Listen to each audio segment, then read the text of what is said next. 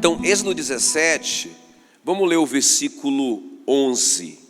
Êxodo 17, 11, diz assim: quando Moisés levantava a mão, Israel prevalecia. Quando, porém, ele baixava a mão, prevalecia Amaleque. Não é? Então, irmãos, esse momento é o momento mais importante da caminhada do povo de Israel no deserto. Não é? Não sei se vocês lembram o que aconteceu ali, porque faltou água, não é? E o povo, mais uma vez, reclamando, murmurando, ameaçando voltar para o Egito, aquele negócio todo. E naquele momento ali, naquele lugar chamado Refidim, e é importante esse nome, eu vou explicar para vocês, o povo contendeu, não é? A Bíblia diz, com Moisés e Arão. Uma grande contenda, uma grande briga com Moisés e Arão ali. Essa palavra Refidim, que era o lugar, quer dizer descanso. Então, o lugar que era para ser o lugar de descanso, virou, Moisés mudou o nome do lugar para Massá e Meribá. Massá quer dizer tentação e Meribá quer dizer contenda. Então foi o lugar que era para ser de descanso, virou o lugar onde eles tentaram a Deus e contenderam com Moisés e Arão. Olha só, não é? Então, naquele lugar ali, no meio daquela crise, Deus fala com Moisés: Moisés, olha, levanta esse cajado aí, não é? Toca ali na rocha, para que saia água e tal. E o Moisés, assim, muito enfurecido, o homem mais manso da face da terra, não é? Não deu conta do povo, não é? E aí ele chegou ali, deu um mau testemunho terrível, ele bateu de qualquer maneira na rocha, saiu água da rocha. Mas depois que acabou aquela situação, Deus falou para ele: Moisés, você vai ver a terra de longe, mas você não vai entrar. Depois o Moisés tenta até negociar com Deus, orar, né? Ele fala: olha, Senhor, será que não dava para aliviar e tal? Deus disse: Moisés, não fala mais nesse assunto, você não entra, né? Então, irmão, nesse momento tão difícil, escuta bem aqui, ó. Nesse momento tão difícil da vida do Moisés, pensa na frustração. Depois de tantos anos de caminhada, Deus dá esse veredito: você não entra, não é? Você só vai ver de longe. Puxa vida, ele estava arrasado, não é? Então, naquele momento que ele está debaixo daquela pressão, debaixo daquela frustração, a Bíblia diz que veio Amaleque e pelejou contra Israel, não é? Então, os amalequitas vieram e fizeram uma grande guerra contra Israel. Então, irmãos, nesse momento vai acontecer, é isso que eu quero desafiar aqui a igreja hoje. O que nós temos que fazer quando isso acontece? Ou seja, quando o Amaleque vem, aproveitando o momento, né? Um momento difícil da nossa vida, quando ele vem para destruir a gente, como que a gente lida com isso? Como que a gente faz? Não é? Amém, queridos? Quem está comigo aqui? Não é? Então, o Moisés soube como fazer, ele fez a coisa certa. No final a Bíblia diz que eles venceram Amaleque. Vamos ver o que ele fez? Não é? Vamos ver o que ele fez, essas três coisas aqui que eles fizeram. Então a primeira coisa, no versículo 9 aí, você está com a Bíblia aberta nesse texto. No versículo 9, eles batalharam, não é? Olha só, com isso ordenou Moisés a Josué: escolhe-nos homens e sai e peleja contra Amaleque. Diga comigo assim, ó. Primeira coisa, batalhar, não é? Então, irmãos, é a guerra espiritual, ok? Você está passando um momento difícil, você está no momento difícil da sua vida. Eu quero te dizer o seguinte: Satanás é oportunista. Ele vem nesses momentos de crise, não é? Quando você ouve uma notícia dessa terrível, ruim, não é? Quando você perde a esperança, como Moisés perde, puxa vida, eu não vou entrar. Não é? Quando ele está arrasado, é nessa hora que o Amaleque vem. Gente, se a gente não souber agir, a gente pode ser destruído, não é? Então eu creio que Deus está dando essa palavra para nós, para que a gente, desde domingo, né, para que a gente saia dessa inércia, não é? Lembra de domingo? Quer dizer, eu estou obedecendo, eu estou crendo. Essas coisas são fundamentais. Sem fé é impossível agradar a Deus, não é? E se a gente não obedecer, as bênçãos não vão nos seguir, beleza. Mas a gente falou que o Isaac, ele creu na promessa, ele era um homem obediente, mas ele teve que orar pela Rebeca, não é? Para que se cumprisse a promessa de Deus. Não foi automaticamente que aconteceu, amém, queridos? Não é? Não foi automaticamente, não, Deus prometeu, eu vou ficar aqui só esperando. Eu estou obedecendo, eu estou crendo. Não, o Isaac entendeu. Ele só aconteceu o milagre, não é? Qual que era a promessa? Que Deus ia renovar, confirmar a aliança que ele fez com Abraão no filho do Isaac, nos filhos do Isaac, não é? E aí só aconteceu, nós vimos domingo, quando o Isaac orou pela sua esposa. Inclusive nasceu logo gêmeos, né?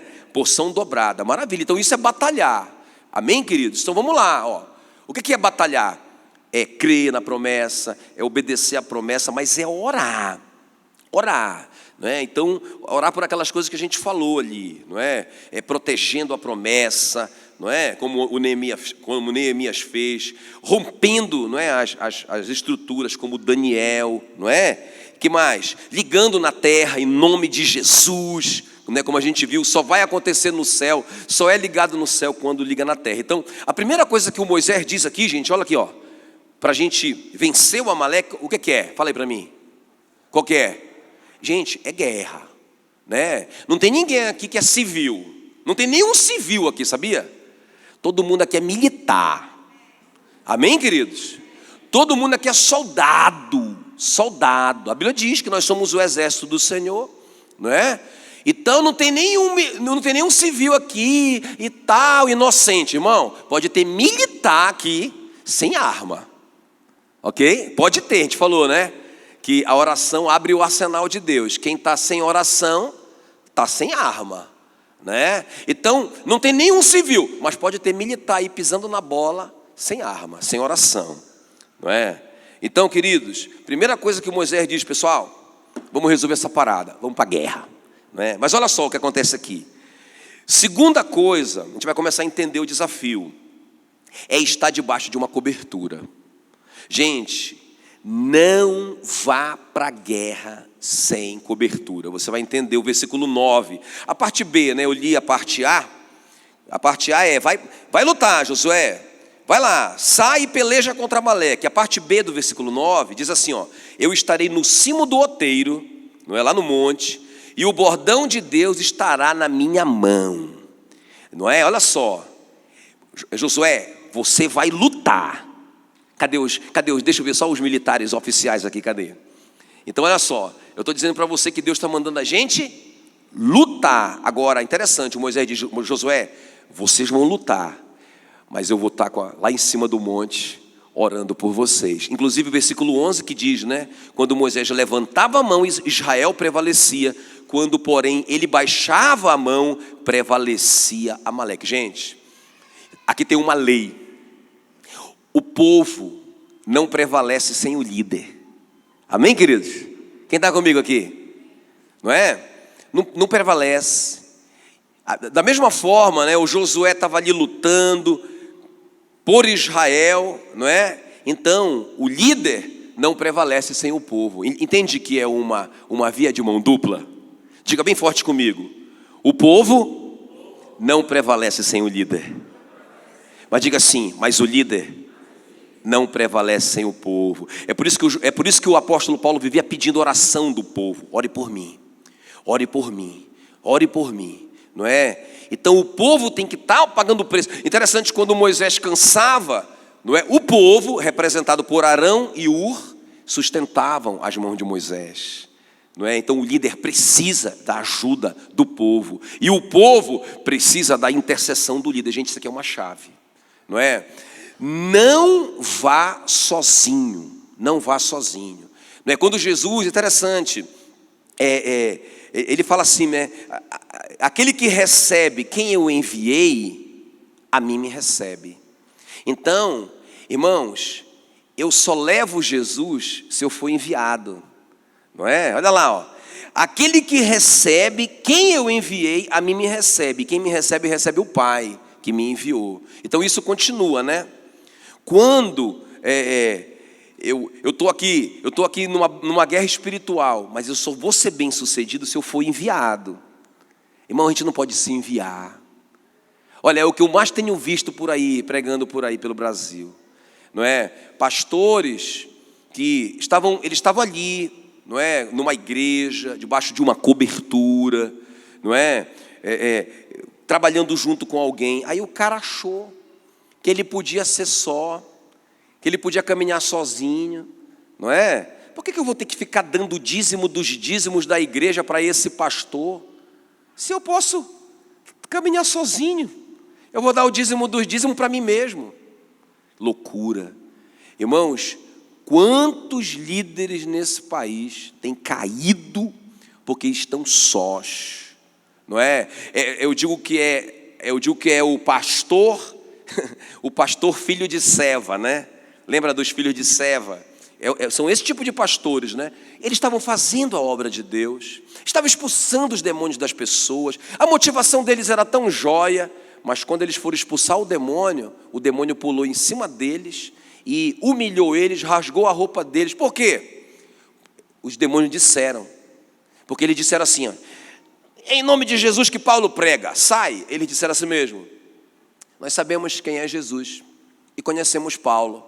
E vocês, quem são? Vocês não foram enviados, vocês estão aqui sozinhos, não é? Então, irmãos, o Moisés diz assim, vai Josué, vai lutar, vai guerrear. Mas ele sobe no monte para cobrir o Josué. Amém, queridos? Não vá sozinho. Quando Jesus envia os 70, né, ali em Lucas 10, interessante, Jesus enviou, né, o homem Jesus, o líder Jesus. Veja bem que Jesus não está ali flutuando, ele é um homem, ele é um líder, uma liderança. Ele envia os 70 discípulos. Quando eles voltam, eles dizem a si mesmo, Senhor, pelo teu nome os demônios se submetem a nós, não é? Ou seja, eles vieram e prestaram contas com aquele líder. Eles não foram lá numa missão louca, maluca, sozinhos, solitários. Eles estavam ligados em Jesus, tanto é que eles vieram prestar contas com Jesus. Quem está me entendendo? Não é? Por que funcionou? Porque eles tinham uma cobertura. Não vá sozinho. Ou seja, líder de célula que vai e não sei o que, vai ganhar o mundo para Jesus, sem que o supervisor de setor esteja envolvido, não é? Sem que ele saiba onde você está. Isso é cobertura. Eu digo assim, irmãos, se o meu líder não sabe onde eu estou e o que eu estou fazendo, eu estou sozinho, não é? Então, e aí respeitando as esferas de autoridade, por exemplo, se o filho vai sem que o pai saiba, sem que a mãe saiba, não é? A moça, o rapaz começa a se envolver já num relacionamento, tomando decisões, entregando o coração para uma pessoa, sem que os pais saibam. Loucura, suicídio, está sozinho, não tem cobertura, está lutando com Amaleque sem que o Moisés esteja intercedendo. Gente, olha, escuta bem o que eu vou te falar. Quando Moisés estava intercedendo, ele sabia onde o Josué estava prevalecendo. Quando Moisés, cansado, baixava as mãos, o Josué era derrotado. Gente, isso aqui não está na Bíblia para nosso entretenimento. Isso aqui, irmãos, é para a gente ficar muito ligado, que se a gente não está ligado a uma cobertura, a gente vai perder a batalha. Quem está me entendendo? Amém? Muito bem. E último lugar para a gente orar. Então a primeira coisa é essa, é ir batalhar, mas não vá sozinho. Você tem que ter uma cobertura, né? Você tem que ser enviado. Agora, outra coisa importante aqui, gente, que eles praticaram, por isso que eles venceram Amaleque, não é? Não basta só eu ir, e não basta só eu ir debaixo de cobertura. Eu tenho que ser um refrigério para minha cobertura. Isso aqui é uma chave. Olha aqui, não é? Irmãos, é interessante, versículo 12, quer ver? Me acompanha lá. Olha, o que é ser refrigério para cobertura, pastor? Para funcionar o negócio. Versículo 12 explica, ora, as mãos de Moisés eram pesadas, por isso tomaram uma pedra e a puseram por baixo dele, e ele nela se assentou. Arão e Hur sustentavam-lhe as mãos, um de um lado e o outro do outro, assim lhe ficaram as mãos firmes até o pôr do sol. Então, irmãos, olha só, o Moisés não dá conta sozinho. Amém, queridos? Nem o líder dá conta sozinho. O pai não dá conta sozinho, precisa da mãe, precisa dos filhos, não é? E como que a gente ajuda, gente? Como que a gente ajuda? Por que o Moisés quase que é derrotado totalmente? Por quê? Porque o povo não estava sendo refrigério para ele.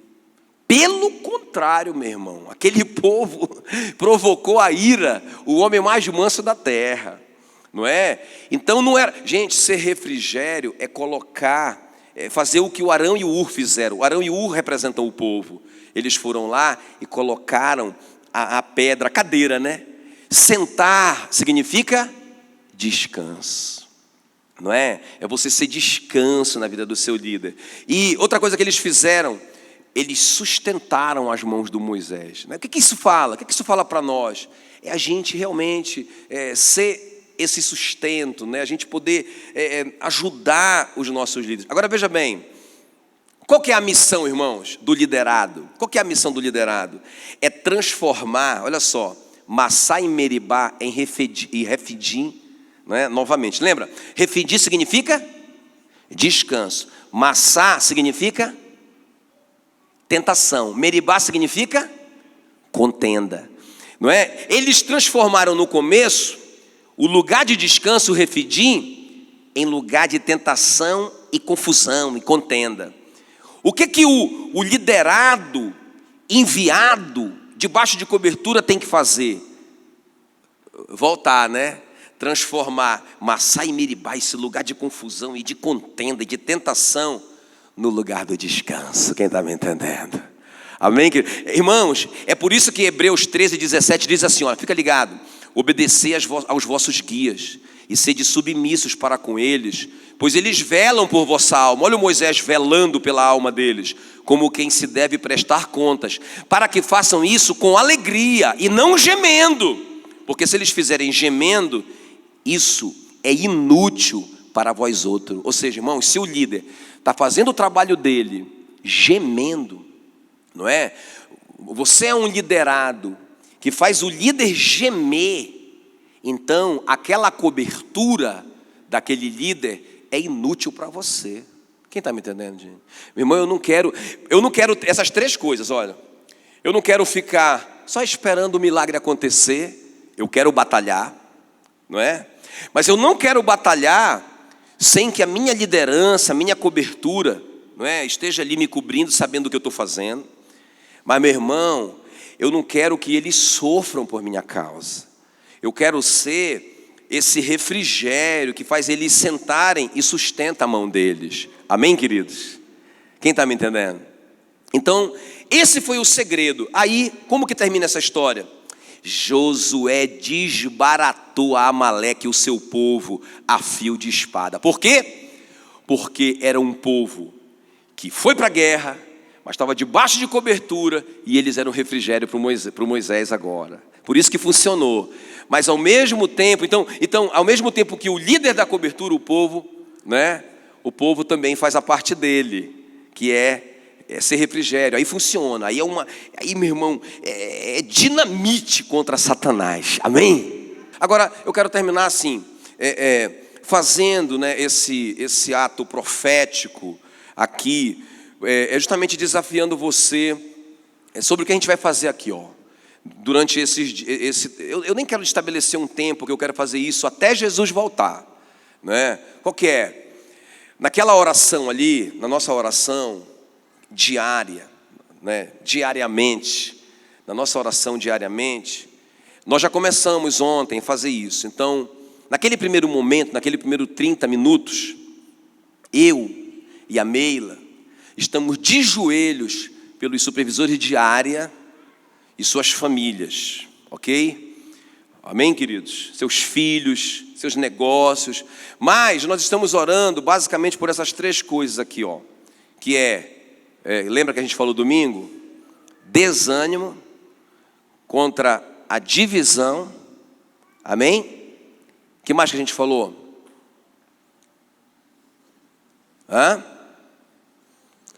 Desânimo. Foram essas duas coisas basicamente, né, Jacques? Obrigado. Então, ó, contra desânimo e divisão, ok? Então eu estou orando. E eu falei três porque era família, né?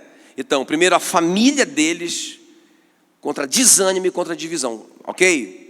Então eu estou orando por eles. Aí eles estão de joelhos, ontem a gente fez isso, eles ajoelharam e fizeram a mesma oração por cada um dos supervisores de setor deles. Pelas suas famílias, aí inclui casamento, filhos, finanças, etc., né? Vida pessoal. Desânimo e contra esse espírito que tentou pegar o Moisés aqui, gente, de divisão. Olha, foram as duas coisas. O Moisés, eu penso que ele ficou muito desanimado. Pensa, uma notícia dessa. E também divisão. Os caras querendo apedrejar o líder. Já pensou que tragédia? Não é? Olha só como isso é muito sério, gente. Então, agora, aí, o supervisor de setor, de joelho naqueles 30 minutos, orando por cada líder de célula. Sua família, contra o desânimo e contra a divisão. Não é? E aí, gente, o grande desafio. Quantos líderes de célula tem aqui? Deixa eu ver. Olha só quanto líder de célula, meu irmão. Que maravilha. Gente, eu creio, olha só, até uma pessoa que eu estava compartilhando, né? O que eu creio que é uma direção do Espírito Santo para a nossa igreja. Eu estava compartilhando com uma pessoa, na segunda-feira, isso, cedo. E ele falou assim: pastor, que coisa tremenda. Isso é muito de Deus. Toda a igreja vai estar coberta. Porque todas as linhas, né, de autoridade vão estar com a mão erguida, vão estar com o cajado erguido, enquanto essas pessoas estão lutando lá no vale. Isso é muito de Deus. Ele me empolgou muito, assim, né? Ele sentia, eu creio, né, aquela direção do Espírito Santo. Mas ele fez uma pergunta para mim. Ele falou: pastor, eu sei que o Senhor vai cobrir os áreas. Eu sei que esses áreas, que são os nossos presbíteros, vão cobrir os setores. Eu sei que esses setores vão cobrir os líderes de célula. Mas ele falou: pastor, mas se o líder de célula falhar? Não é? E como é que são os nossos líderes de célula? Será que eles têm maturidade para entender a responsabilidade dessa missão? Aí quando ele falou isso, mas irmãos, eu pensei, não foi isso que Jesus fez com a gente? Ele não confiou isso nas nossas mãos, não é? Irmãos, e a gente não pode falhar, não é? Então, a gente tem que confiar que esses líderes de célula vão levar até o final essa missão. Amém? Olha só, até eu falei para os supervisores todos aqui, gente, não pode, líder de célula não vir na oração. Não é? Até eu falei para ele: gente, vamos repensar. Porque deixa eu te falar uma coisa aqui, gente. Olha o que o Samuel disse: quanto a mim, longe de mim, não é? Ai de mim, que eu peque contra o Senhor, deixando de orar por vocês. Gente, quando o líder, aquela autoridade imediata, aquele líder imediato não está orando pelo seu povo, é pecado. Não é uma questão de, não sei o quê, irresponsabilidade, não sei o que lá. Gente, o veredito da Bíblia é pecado. E pecado, gente, é coisa séria. Quem está me entendendo? Muito claro, preto no branco. O líder, o que se espera de um líder é que ele esteja orando. Não é? É que ele esteja orando. Lembra lá em Atos 6, né? Aquela questão, porque os apóstolos estavam muito ocupados distribuindo pão para todo mundo e não sei o que lá. Eles disseram: pessoal, não é bom o que nós estamos fazendo. Nós estamos trocando a nossa prioridade, não é? A direção do Espírito Santo é que a gente se dedique no ministério da palavra, o ensino e na oração. Aí eles estabeleceram os diáconos para fazer esse trabalho ali, não é? Ou seja, o que se espera de um líder é que ele ore e ensine, não é? Então, pessoal, quem está comigo nesse projeto? Não é? Então, líder de célula, eu não posso ir, porque eu tenho muito sono nessa hora. Irmão, essa pessoa tem que rever algumas coisas, sinceramente. Tudo bem, o cara não pode. Olha, realmente, naquele horário, é trabalho. Não pode mesmo. Ou tem uma outra situação que é justificável, beleza. Né? Então, já que está dando a ideia aqui, quando um não puder vir, então a esposa o representa, né? Porque a gente sabe que vai ter umas situações que... Agora, o cara, por que não veio? Porque estava com cara de que ia chover sexta-feira. Aí eu não vi na segunda. Não, gente, aí a gente tem que ver se a pessoa realmente está entendendo o que significa ela está lá no monte, não é? Cobrindo aquele Josué ali.